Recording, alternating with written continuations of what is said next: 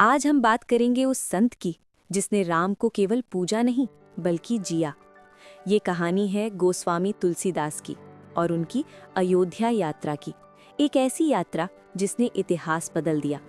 कल्पना कीजिए, एक छोटा सा बालक, जन्म होता है राजापुर में, लेकिन जन्म के कुछ समय बाद ही माता पिता का साया सिर से उठ जाता है। जीवन की शुरुआत ही संघर्ष से। कहते हैं बचपन में उनका नाम राम बोला था, क्योंकि उनके मुख से पहला शब्द निकला राम। मानो ईश्वर ने पहले ही संकेत दे दिया था कि ये बालक साधारण नहीं है। समय बीतता है, उनका विवाह होता है और वे अपनी पत्नी रत्नावनी के प्रति अत्यधिक आसक्त हो जाते हैं। एक दिन पत्नी अपने मायके चली जाती हैं। रात घनघोर वर्षा की, अंधेरा, नदी उफान पर। लेकिन तुलसीदास उस रात सब जोखिम उठाकर पत्नी से मिलने पहुंच जाते हैं। तब रत्नावली का वो वाक्य इतिहास बन जाता है, इतना प्रेम यदि श्री राम में होता तो तुम्हारा उद्धार हो जाता। बस वही क्षण था, जैसे भीतर सोया हुआ संत जाग उठा हो। उसी पल उन्होंने संसार का मोह छोड़ दिया। अब उनका लक्ष्य एक ही था, राम। और फिर शुरू होती है उनकी पावन यात्रा, उस नगरी की ओर जहां स्वयं भगवान ने अवतार लिया, अयोध्या।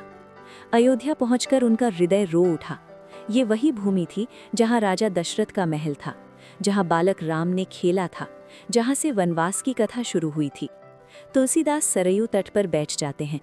सरयू नदी की लहरें मानो उनके भीतर के भावों को स्पर्श कर रही थीं। वे घंटों राम नाम का जप करते, कथा सुनाते, संतों की संगति करते। अयोध्या में उनकी भक्ति केवल भावना नहीं रही, वो तप बन गई। लोग कहते हैं कि वे जहां बैठकर कथा कहते थे वहां वातावरण बदल जाता था, सुनने वालों की आंखें नम हो जाती थीं। लेकिन उनके जीवन में एक और दिव्य अध्याय जुड़ता है, हनुमान का आशीर्वाद। कथा मिलती है कि तुलसीदास जी को हनुमान जी का साक्षात मार्गदर्शन मिला। उन्होंने बताया कि सच्चे मन से पुकारो तो राम अवश्य दर्शन देंगे। तुलसीदास की साधना और गहरी हो गई। कहते हैं एक दिन उन्हें श्री राम और लक्ष्मण के दिव्य दर्शन हुए, पर वे उन्हें पहचान न सके।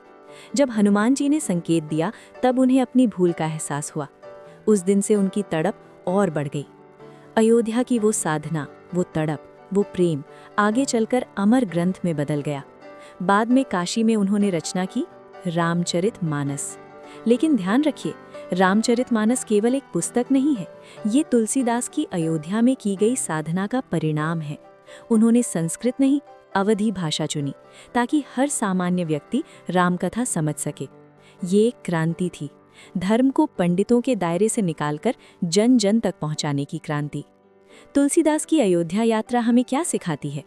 ये सिखाती है कि जीवन में कभी कभी एक वाक्य, एक घटना हमें पूरी तरह बदल सकती है। ये सिखाती है कि जब प्रेम संसार से हटकर भगवान की ओर मुड़ता है तो वो भक्ति बन जाता है। और ये भी कि सच्ची साधना एक दिन इतिहास रच देती है।